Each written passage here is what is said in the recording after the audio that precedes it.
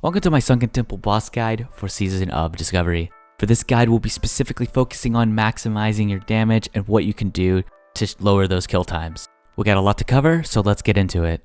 The first encounter will be Atal'alarion. This fight is ultimately just a DPS race. You're going to be trying to beat the boss before the first Demolishing Smash is casted. This happens anywhere between 27 and 30 seconds.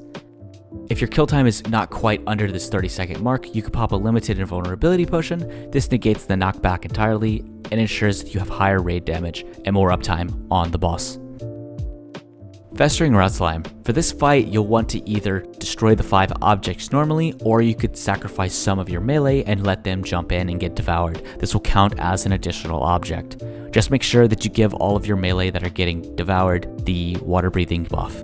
Everyone will also want to pop a free action potion on this fight. This will allow you to completely avoid the gunk debuff and not have to get dispelled. When you get dispelled, it leaves a pool of slime on the ground, causing you to have more raid damage and less movement throughout the room. Atal'ai Defenders. For this fight, you're going to have another mage or another class put up debuffs for you every single defender, since you're having to start from zero every single time a new defender comes out. At the moment, mages are using one mage to Scorch, and the other mages are just pressing Frostfire Bolt the entire time.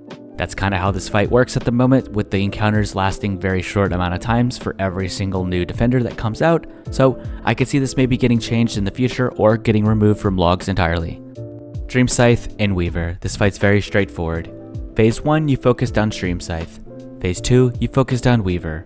Phase 3, you keep focusing Weaver and pop all your CDs, and then add Cleave into your rotation.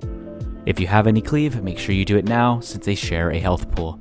The only thing to add on to this fight is you can target yourself with a snowball to mitigate the knockback for when the dragons do the breaths. Simon has made a video about it, so shout out to him, that's how I discovered this. Jammal'an and Ogom. Depending who you fight in Phase 1, Phase 2 will change completely. Phase 1 will always be the same, with the Agonizing Weakness debuff going out. You can easily just resto pot the first one. If your raid is fast enough, you won't get a second one. For Phase 2, you want to hope that you get Jammal'an. This will just be a ton of AoE damage and a fear for melee DPS. Alternatively, if you get Ogom for Phase 2, you could pop a free action potion to avoid the Hammer of Justice stun. Morphaz and Hazzas. Phase 1, you'll want to pre-position for where Morphaz will spawn in Phase 2. Once the fire elementals come out, make sure you don't kill any of them so everyone gets sent down and receives the lucid dreaming debuff. Once everyone's sent down, pop all of your cooldowns and burn the boss before they cast Eternal Slumber. Shade of Eranikus. You'll want to have 3 ranged players bait the puddle so that everyone else can stand still and do maximum damage. The lumbering dreamwalkers count towards your log, the whelps however will not count towards your log.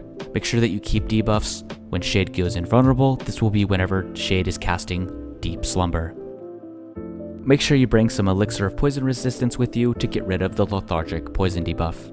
Dispelling it yourself will yield you much more damage since you're not having to wait for someone to manually dispel it off of you.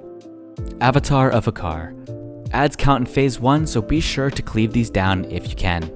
Be sure to put up all your debuffs and save your CDs for when Hakkar respawns into the Avatar of Hakkar.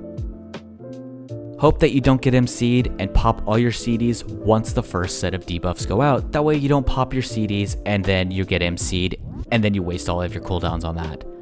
Other than that, it's just a bunch of RNG and hoping that you get the least amount of mechanics as possible. If this video helped, be sure to like and subscribe, and I will see you in the next one.